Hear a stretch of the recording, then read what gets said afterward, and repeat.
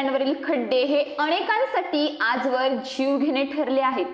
पण कोल्हापुरात एक वृद्ध व्यक्तीला खड्ड्यामुळे जीवनदान मिळाल्याची घटना समोर आली आहे. आम्ही सगळे परत घरी आलो. फक्त पेशंट आणि आमचे 4 नातेवाईक जावई त्यांचे आमचा मुलगा मुलगी त्या ॲम्ब्युलन्समध्ये येत होते. बरोबर बावड्याच्या भगव्या चौकापात्र अशी ॲम्ब्युलन्स फास्ट आली की बघण्यासाठी नाही कचक्यातनं त्यांना ते हेलकाळा लागलं पेशंट. त्यामुळे त्यांना काही एकदम पेशंट भगव्या चौकापात्र आलं ते त्यांच्या शिशी बोट हाताच्या हाला लागली. त्यामुळे मुलगी आणि आमचं नातू जावई त्यांचे म्हणजे चला परत लाड हॉस्पिटलला आले. तिथं बघितलं तर ह्यांचं हृदय चालू झालं. पट्टी काढून बघितली हृदय परत चालू झालं. बंद पडलेलं पुरं गेलं. या व्यक्तीला डॉक्टरांनी मृत घोषित केलं होतं.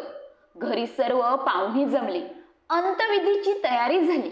त्यानंतर रुग्णालयातून घरी अंत्ययात्रेसाठी नेत असताना अचानक हा व्यक्ती जिवंत असल्याचं समजलं. मग म्हटलं पाहुणा तिथं आता तुम्ही का बाहेर बसलायसा? येऊन बघतोय तर घामाचं लोंढं लागलेलं.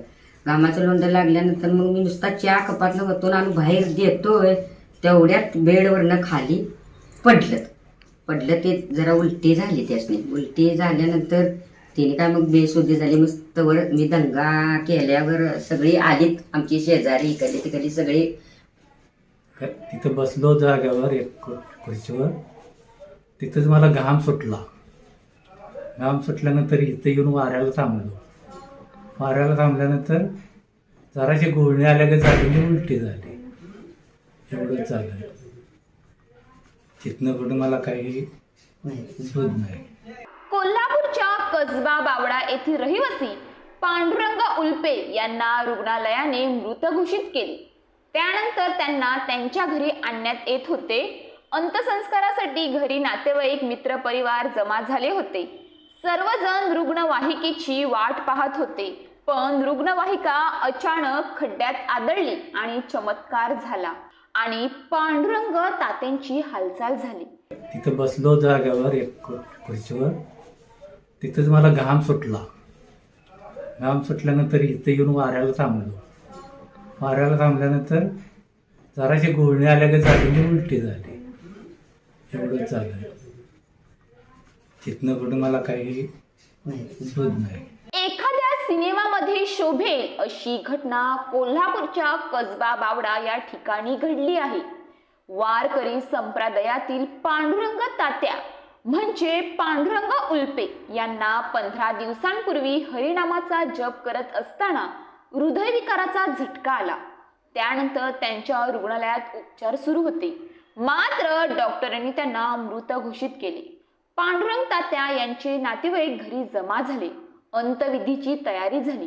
रुग्णालयातून पांडुरंग तात्या यांना घरी घेऊन जात असताना रस्त्यावरच खड्ड्यामुळे रुग्णवाहिकेला धक्का बसला. त्याचवेळी पांडुरंग तात्या यांच्या शरीराची हालचाल सुरू झाली. नातेवाईकांनी पांडुरंग तात्यांना पुन्हा रुग्णालयात नेले आणि आज पांडुरंग उल्पे तात्या आपल्या पायावर उभे राहून घराकडे चालत आहेत. ही सर्व पांडुरंगाचीच कृपा असल्याचं नातेवाईक सांगत आहेत. 16 डिसेंबर रोजी पांडुरंग उल्पे हे सायंकाळी हरिनामाचा जप करत असतानाच त्यांना हृदयविकाराचा झटका आला. त्यांच्या पत्नी बाळाबाई उल्पे त्या ठिकाणी आल्या तेव्हा पांडुरंग उल्पे घामाघूम झालेल्या अवस्थेत जमिनीवर पडले होते. त्यांनी शेजाऱ्यांना बोलावलं. त्यांना तत्काळ दवाखान्यात दाखल करण्यात आलं. रात्री 11:30 पर्यंत डॉक्टरांचे प्रयत्न सुरू होते. पण अखेर त्यांनी तात्यांची प्राणज्योत मालवल्याचे जाहीर केले. काही मिनिटातच ही बातमी कसबा बावडा परिसरात पोहोचली आणि जवळचे पाहुणे नातेवाईक गावकरी त्यांच्या घरी जमले. सर्वांनी पांडुरंग उल्पे यांच्या अंत्यविधीची तयारी सुरू केली. दरम्यान रुग्णालयातून ॲम्ब्युलन्समध्ये तात्यांना घरी आणताना त्यांची हालचाल होत असल्याचे लक्षात आलं. नातेवाईकांनी पुन्हा कदमवाडी येथील दवाखान्यात ॲम्ब्युलन्स नेण्यास सांगितली.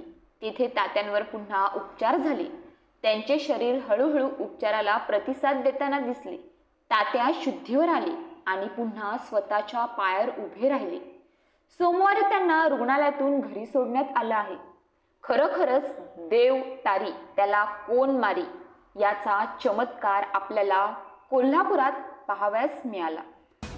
गोड तुझे नाम, गोड तुझे रूप, गोड तुझे नाम, देई मज प्रेम सर्व काळ, देई मज प्रेम सर्व काळ. विठू माऊली तू हाच वर देई, विठू माऊली तू हाच वर देई.